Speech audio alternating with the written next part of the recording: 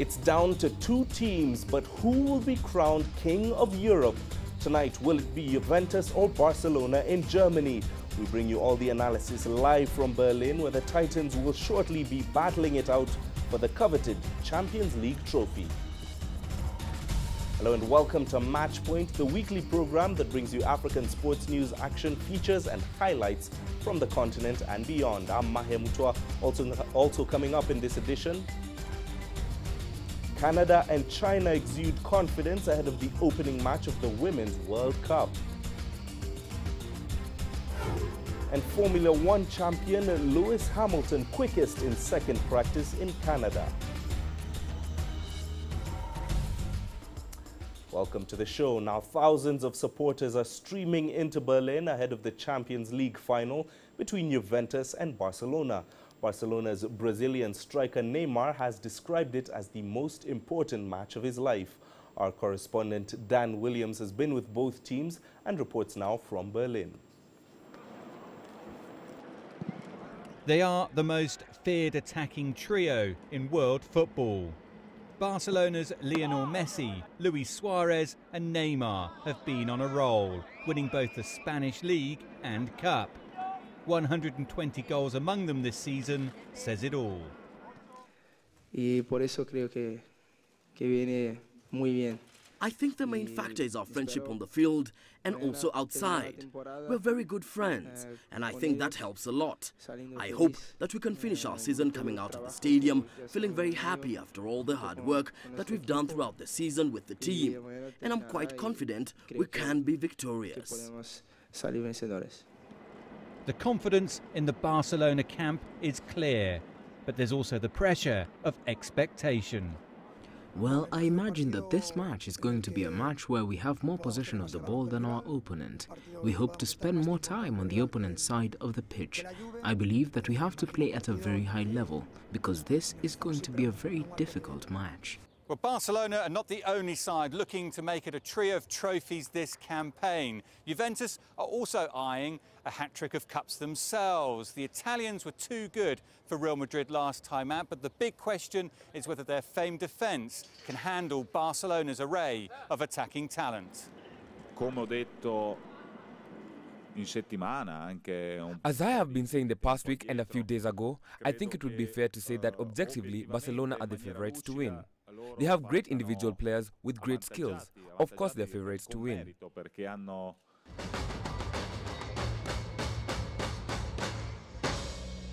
Across the city at the Brandenburg Gate, some legends of the game rolled back the years to demonstrate some impressive skills at the UEFA Champions Festival. A welcome relief to the FIFA corruption scandal that has muddied football's name in recent weeks. I was never surprised that Blatter he actually resigned, but it is an opportunity to restart the whole scenario again and get someone in who cares about football, who loves football, and is there for football, not for himself, not for political ambitions, but for football. I think that's really, really important. And there are some candidates there which I think are really good. For now, though, the focus is on a mouth-watering Champions League clash. It just remains to be seen who will get their hands on the trophy come the final whistle. Dan Williams, CCTV, Berlin. Well, off the pitch, the FIFA corruption scandal continues to make headlines. British Prime Minister David Cameron has urged a global crackdown on the cancer of corruption in the wake of the FIFA bribery allegations. And in an exclusive interview with our correspondent Dan Williams, double European Cup winner Marco van Basten believes FIFA is letting down both the fans and the players. Marco, football has been under a cloud in recent weeks following the FIFA corruption scandal. What have you made of it all? I think it's a pity that the FIFA is working like that.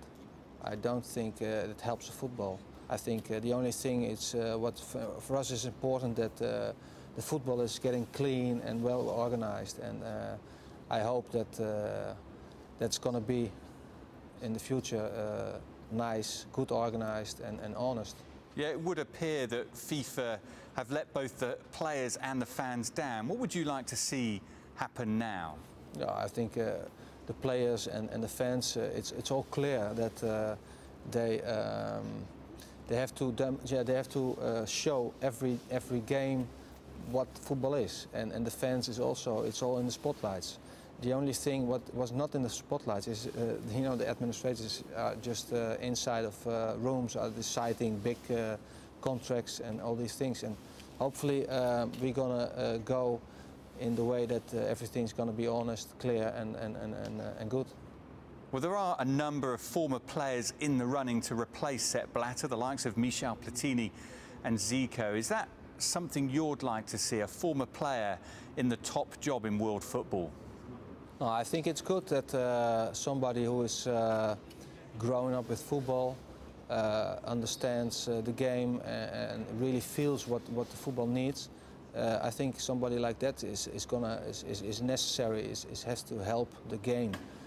But then the other side, you need also a person who is being a leader, because football is big. You have a lot of countries, a lot of persons, and you have to lead it in a good way. And yeah, I think both is important.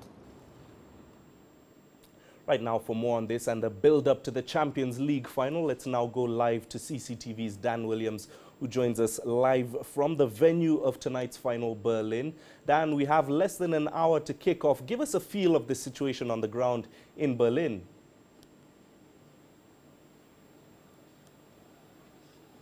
Yes, as you can see probably behind me, there are still thousands of fans, both sets of supporters still streaming here at the Olympic Stadium here in Berlin. It really is quite an atmosphere. You can probably hear some of the Italian fans who I feel probably outnumber the Barcelona fans, it has to be said from what I've seen, in very good voice indeed. But it's the Barcelona fans who are more confident, and there are three good reasons for that, and that is Lionel Messi, Luis Suarez and Neymar, who have just been absolutely sensational this season, haven't they? 120 goals they've managed to score in all competitions so far this campaign, and you have to wonder whether there's going to be more to come from them tonight. Messi, 58 goals in 56 games, absolutely incredible stuff from him, really at the height of his powers. It's amazing to think that there were some people writing him off just a year or so ago, while Luis Suarez, of course, started this year under a FIFA worldwide ban and ends it with the potential of adding 3 trophies to his potential cabinet.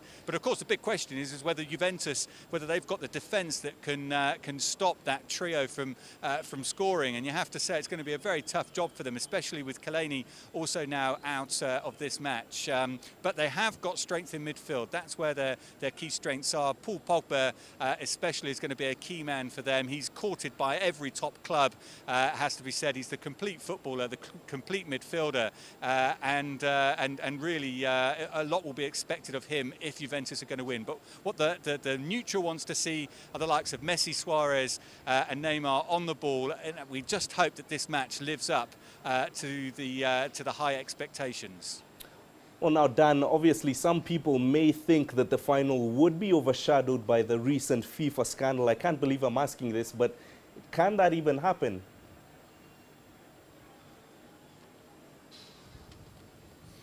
Well, look, I mean, it is still the big topic of discussion whenever you're talking to a former footballer or even the press conferences here. It comes up, it has to be said. But of course, this is about a game of football now. This is what it's all about. For the people behind me right now, they don't care. They just want to see their team win. And we all, millions of people around the world, just want to sit down now and watch a real spectacle, which is one of the top sporting events, it has to be said, in the sporting calendar annually each year. But of course, each day there are new revelations that seem to come out. This FIFA corruption scandal has by no means gone away. And of course, as soon as this the final whistle goes here, we'll wake up tomorrow, there's potential of further exposés and other revelations to come, and we'll be back talking about it again. But for the time being, at least, it's all about what happens over the next 90 minutes or so.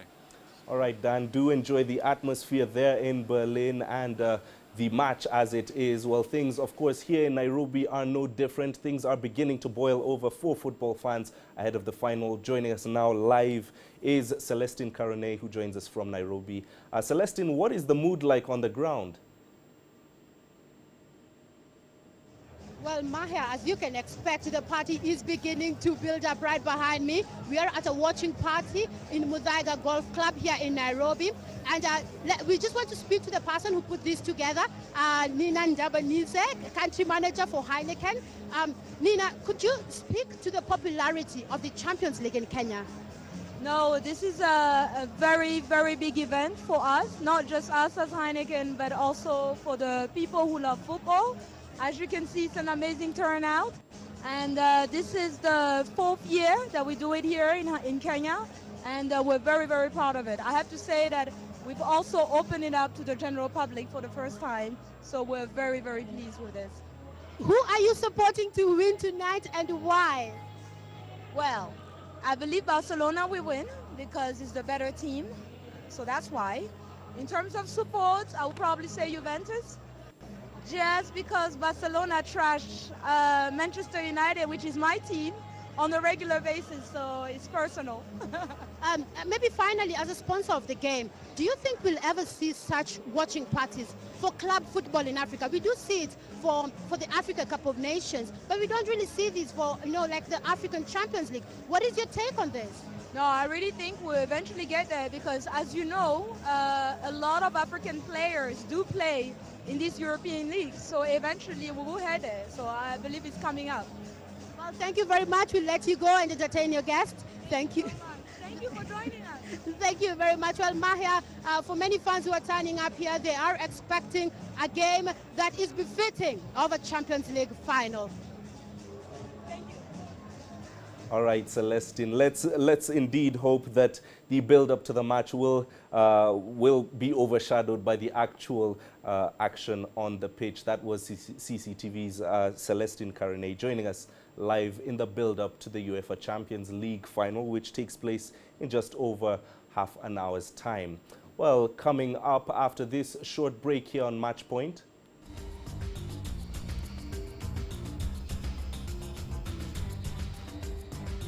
Canada and China exude confidence ahead of the opening match of the Women's World Cup.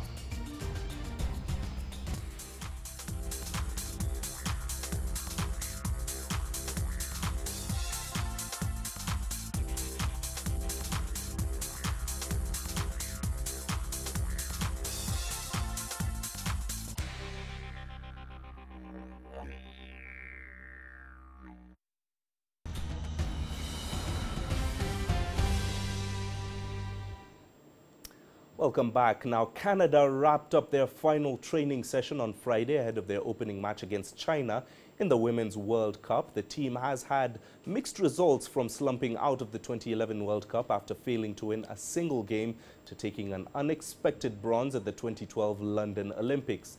The Chinese, meanwhile, have been on a wild roller coaster ride of their own. Once one of soccer's dominant nations, the Steel Roses grabbed a silver at the 1999 Worlds and 1996 Olympics, but have seen their ranking and form slip in recent years while failing to qualify for the 2011 World Cup and the 2012 London Games. Canada will have to deal with goalkeeper Wang Fei, who made history by becoming the first Chinese player to break into Germany's competitive women's Bundesliga late last year. Media being here and the number of tickets that we've sold and the attention around the game in general, we've already, I think, made history. And I think from now on, it's just about us performing at our best. And, people continue supporting the women's game, but even at the grassroots level in this country, soccer is changing and it's becoming a permanent culture. And I'm proud of that. We have a plan and we are carrying it out. The team is well prepared and I wish them luck in this game.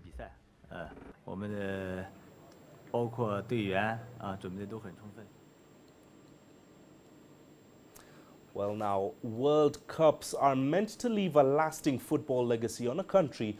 That is one of the goals from FIFA when they award the tournament to a host nation. In South Africa, the infrastructure benefited from the 2010 World Cup. The stadiums erected were world-class and football fans were treated to incredible matches. But did the event really leave a lasting legacy for football development? It appears not, as CS Duplessis now reports. The FIFA bribery scandal has put South Africa's 2010 World Cup bid in the spotlight for the wrong reasons. But not only has it cast doubt on the legality of the bidding process back in 2008, it has also raised the question of what legacy the tournament has left on the Rainbow Nation. Legacy is like saying, I love you. It's just so used so easily, but there's no substance to it. So if you said, ask me that question, absolutely not. In fact, I'll give you a great example. Cape Town Stadium, there used to be 13 soccer fields in that area. Besides the main stadium, there's now 1. So in actual fact, no, the stadium, as beautiful as it is, and I'm glad it's there, and were those fields relocated anywhere else? Absolutely not. Former Bafana Bafana defender Matthew Booth was a part of the squad at the 2010 World Cup and feels that the legacy money hasn't filtered down to the development of the game. The positives is that we hosted the World Cup perfectly, down to a T, under a lot of criticism coming from the West, from Europe, with the fact that we weren't going to be able to host properly. We proved them wrong, but the legacy money which was supposed to come our way to improve the game, I don't think has been forthcoming. It's sitting in an account somewhere with SAFA. I haven't seen it being used yet, and after such a long time, I think this is in itself very suspicious, and I just wish there was more transparency and accountability from not only SAFA but FIFA in the future. The scandal has had its effect on social media across the globe, with a conversation on Twitter, Facebook and Instagram engaging millions of football fans, and in South Africa, the football supporters have not been afraid to voice their disapproval. The sentiment is incredibly negative. I'm sad to say that from the South African football public, their opinion has been quite clear, and it's overwhelmingly negative, to the point where I think they've already cast their judgment. For Booth, a lot needs to be done to ensure that football development is remedied in South Africa in order to give talented footballers a chance to make a career out of the game. We've been on a steady downward spiral since '96, when we won the AFCON last, and it's all about development. It's the key to creating good players. And you cannot just expect rough diamonds to arrive and be ready to play on the world stage. They have to be molded, they have to be shaped, our coaches have to be coached, our players need to be coached from a high quality with good infrastructure. And if you look around the country, we still don't have the requisite facilities to become a world power. Regardless of what's happened in the FIFA scandal, the biggest challenge for the South African Football Association is to make sure that Bafana Bafana once again reach the upper echelons of African football and emulate the class of 1996 that lifted the Africa Cup of Nations trophy. But for that to happen, they're going to have to utilize the 2010 Legacy Trust money correctly and make sure that the talent is nurtured from the grassroots up. CS Du Plessis, CCTV, Johannesburg. Well, obviously, there's a lot of talk going into what happens next for FIFA as an organization. Here now to break it down for us is Sadiq Shaban. Africa has observed keenly the developments in FIFA these past few days, with more questions than answers in terms of its future in FIFA, and particularly on the development of sport in Africa. Sepp Blatter stepping down after 17 years as FIFA president, but where does that leave the president of African football, Issa Hayatou, who has been FIFA's vice president for 23 years? We need to look at that and put it in context, the African context, in as far as FIFA is concerned. No changes in terms of the current leadership structure in FIFA. Issa Hayatou, the president of Confederation of African Football, retains his #2 slot in FIFA, deputizing Sepp Blatter, who is the outgoing president, and FIFA has 7 other junior vice presidents to Issa Hayatou, who has been the president of African football since 1988. FIFA has been said to be very close to Africa, and this was seen during the elections this past week, where Africa voted largely and wholesomely for FIFA, and many will contend perhaps that is the reason why FIFA enjoyed so much support is because of the goal project that FIFA has been running in the world, and particularly heavily invested in Africa, where they have given African federations up to $1 million over 4 years, each 4 years, to be able to develop sport and technical infrastructure on the ground. In fact, FIFA says there has been 700 such success stories, majority of which are in Africa. This week, FIFA also released the rankings of the best football teams and countries in the world. And again, the focus falls squarely on Africa to see how Africa has been able to fare during this period. Algeria has lost 1 place in FIFA rankings to close in at number 21 ahead of Cote d'Ivoire, Ghana at number 34, Senegal at number 36, and Cape Verde Islands rounding up the best 5 teams in the world in as far as the men's ranking is concerned. What about the women's ranking? Nigeria, that is taking part in the FIFA Women's World Cup, is rated the best team in the world at position 33, followed by Ghana, Cameroon, Equatorial Guinea, and South Africa. Africa voted for Blatter during the last elections. In terms of the application of the return favor, where does that leave Africa in terms of the FIFA World Cup and the allocation of the slots each year the World Cup is held? UEFA, the European Football Union, has the majority of allocation of slots in World Cup, 13 automatic qualifiers and 1 playoff qualifiers, while Africa has only 5, despite the fact that it has the majority of members, 54 states, making up the biggest federation in FIFA. The South American has 4 automatic slots and 1 qualifier, while Caribbean and North and Central America has 3.5 slots, while Oceania has only 1 spot. So where does that leave Africa in the coming days? Beyond the current discussion, where does the projects that FIFA has been running in Africa, what is the future of these kind of projects? And the big question perhaps many will be asking, is Africa an equal partner in FIFA?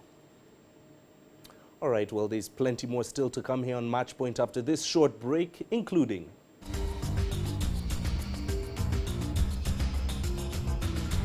Formula 1 champion Lewis Hamilton quickest in second practice in Canada.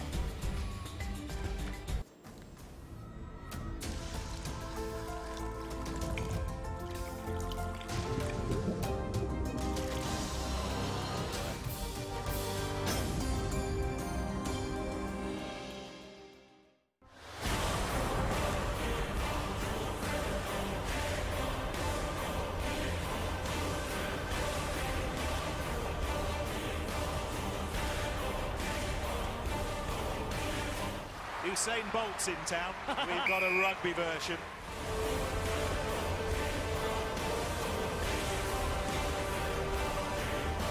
I'm not sure what sort of a dance that is. Kiranesh Dibaba of Ethiopia wins 10,000 meters gold.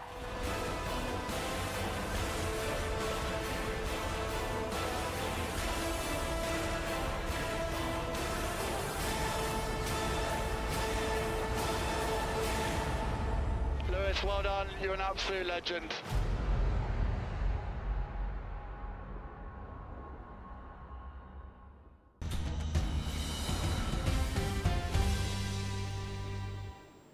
Now, Lewis Hamilton set the pace and then crashed as Ferrari split the Mercedes in a rain-interrupted second practice session at the Canadian Grand Prix. Hamilton headed Ferrari's Sebastian Vettel despite curb-hopping the last chicane on what would have been his fastest lap. Vettel's teammate Kimi Raikkonen was also quicker than the second Mercedes of Nico Rosberg that finished 4th. Hamilton slid at the hairpin as the rain hit, breaking his front wing, but escaped unhurt and had to have his car towed to the pit. It was the end of an up-and-down day for the world champion, who set the pace in both sessions despite a spin at the hairpin in the first practice. Well, staying with motorsport, the 4th round of the Kenya National Rally Championships was held in the coastal town of Voi, where over 48 drivers took part in the event that also saw drivers from Uganda competing. Sadiq Shaban has more. This was the second biggest event after the KCB Safari Rally this year in terms of numbers.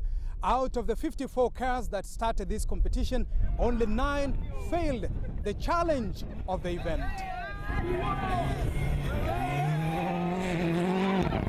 Ugandan driver Jas Mangat and Finnish driver Tapio Lukanen faced a tough competition from homegrown Kenyan drivers who ensured that the victory remained at home. The current leader of the Africa Rally Championship, Jase Chathe, won this event ahead of another Kenyan driver, Baldev Chaga.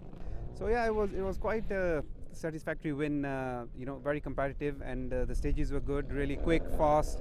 The car behaved well, the preparation was really excellent, the car really behaved the way I wanted, and yeah, we had a clean run all through. Very fast, very technical, no room for errors, especially on the high-speed stuff, but loved every second of it, cannot complain.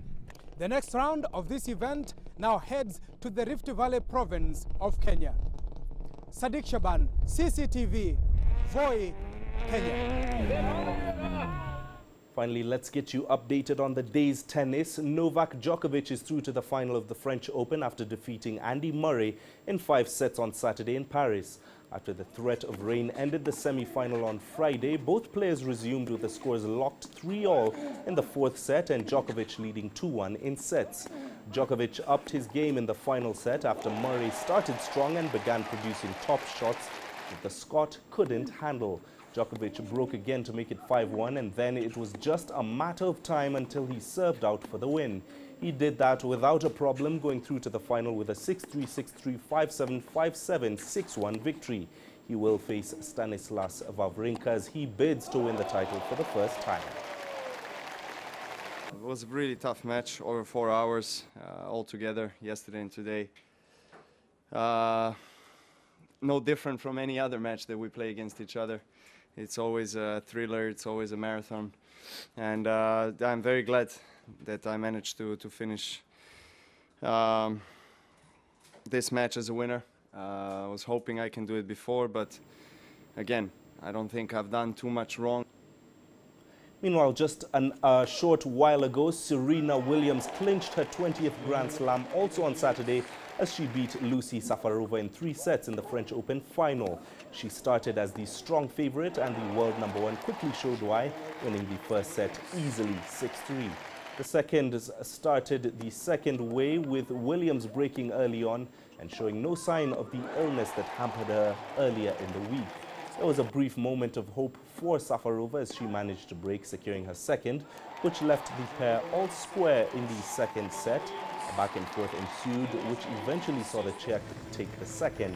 But Williams wasted no time in the third to clinch the set and the match 6-2 to win her 3rd French Open title. Well, that's it for this edition of Matchpoint. Remember, you can send your feedback to matchpoint@cctv.com. You can also visit our Facebook page, CCTV Africa. You can also stay in touch with us on Twitter using the handle @CCTV News Africa. Thanks for watching. We leave you, as always, with this week's Move of the Week.